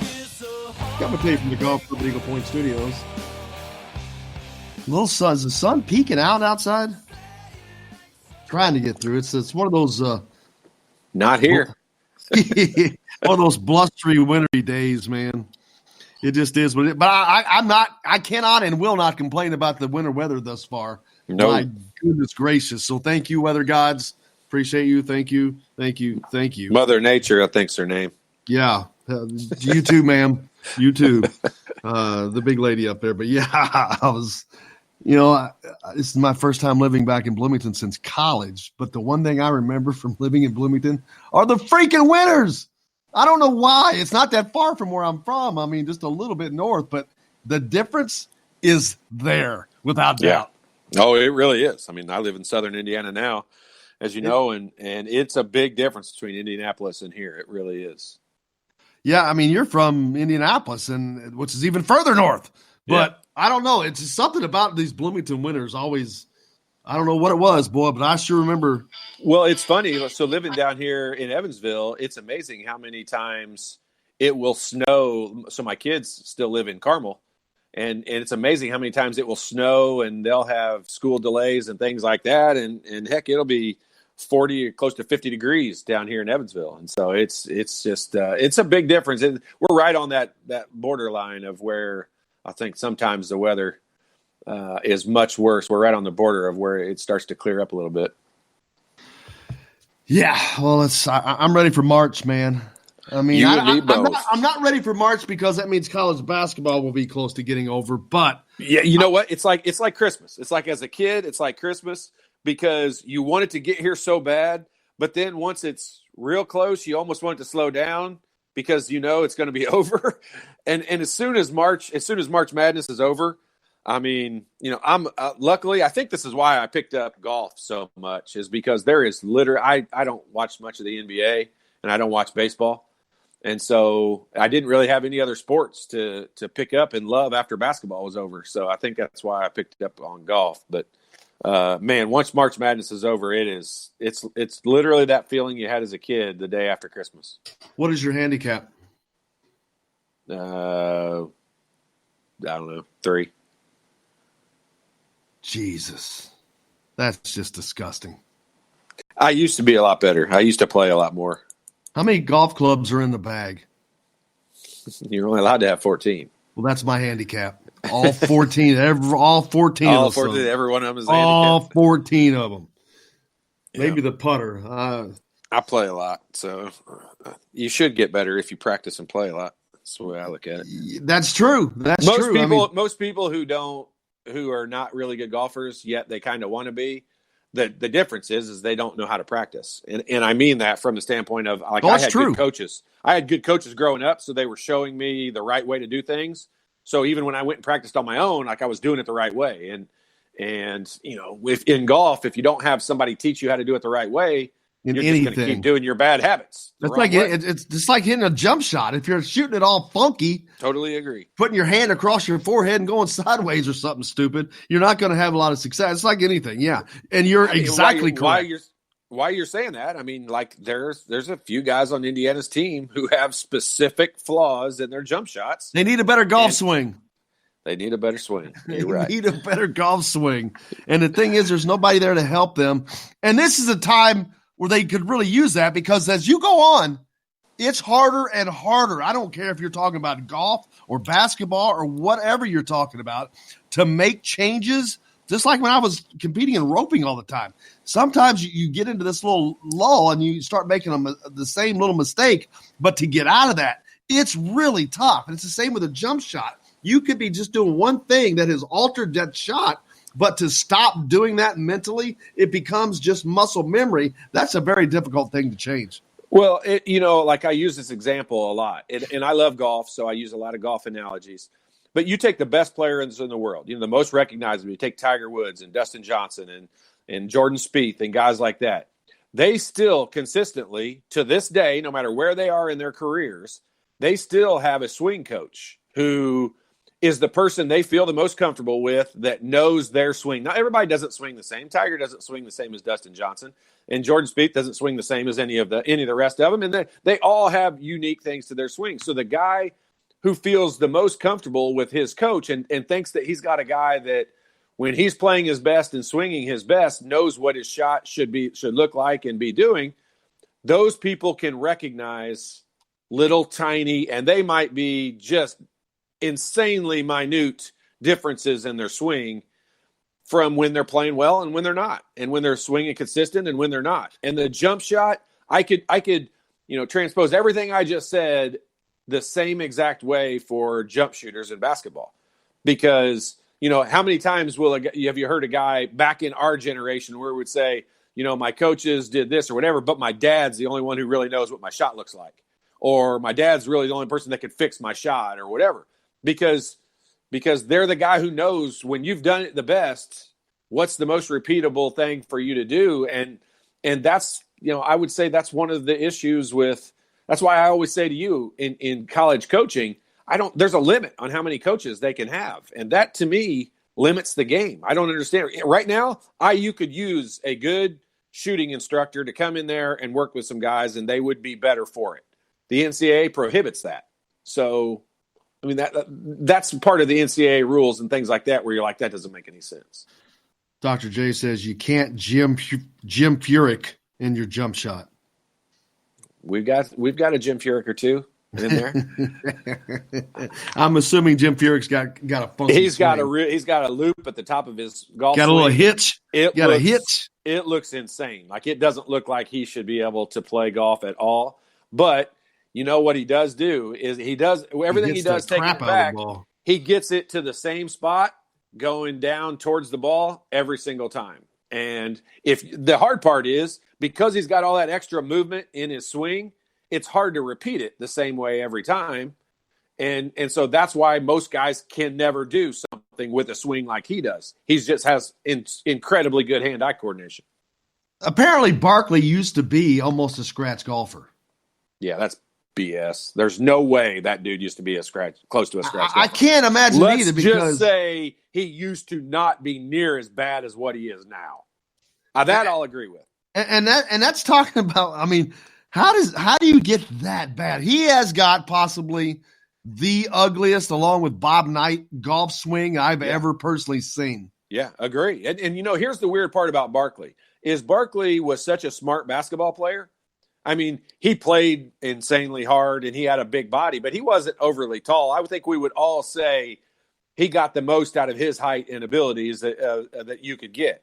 And so a lot in dealing with that, you see how he would have to think his way through the game. What I can't understand is if you translate that over to golf, he should also understand, like, he just lets his head get in the way. And he used to have a fluid swing, and he could take a practice swing and it looks normal and fluid. And then he takes a regular swing, and I think if it's possible, I think he has 2 hitches in his swing, which is almost impossible to do.